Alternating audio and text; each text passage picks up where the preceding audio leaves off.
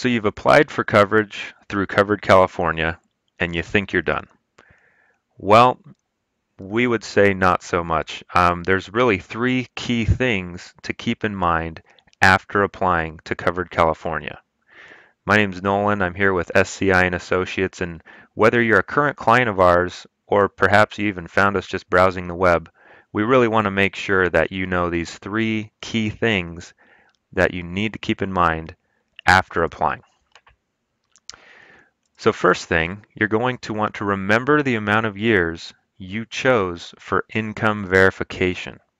So you may or may not remember this certain part on the last screen, which gives Covered California your consent to use your tax return information at year's end to project your income. And then they'll allocate subsidy money based on that. So what does this mean? This is an automatic verification. You're granting Covered California this ability. Secondly, you must report any changes to income, address, or dependent within 30 days of it occurring. Now, these are all fairly self-explanatory as to why they might matter, income especially, because of course your income amount is what your subsidy is based off of. So let's talk about income changes. What kind of income change needs to be reported? So if your income increases or decreases by 10% or greater, you must report the change in projected or anticipated amount. Here's a quick example. Let's say you declare projected income for 2015 of $24,000 or of course $2,000 per month. 6 months later, you receive a raise of $1,000 per month. Sounds good. At this point, your new income for the year needs to be calculated as 12,000 for the first 6 months or 2,000 a month times 6 months. And then we need to add your next 6 month income in, which is 18,000 or $3,000 times 6 months. This gives us $30,000. So this is the amount that we're going to need to tell Covered California. It can be as quick as a simple phone call to them to update this amount.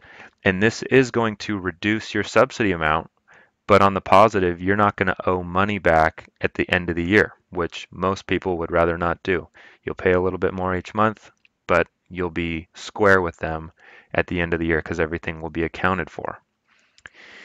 So thirdly, this sounds pretty straightforward, but just make sure the information that you provided is correct, whether you were on, doing your own application or if you were working with a broker like us. The information you give us is, we have to take that at face value. But if you do come across something that kind of makes you aware that, oh, that was not correct, please let us know, or please let Covered California know. And it's actually pretty serious. This is taken right from the Covered California signature page. It says, I acknowledge that if I am not truthful, I know that there may be a civil and or criminal penalty for perjury. So this whole healthcare reform thing is a little bit too green for us to have seen how this is going to manifest, but it's strong verbiage, and you really want to be sure that you're being as straightforward as possible. So thank you so much for your time. We look forward to serving you in the future, whether you're an existing or future client. Feel free to check out the rest of our videos or click our name below, and that'll take you right over to our website if you want to check that out. So again, thank you, and have a great day.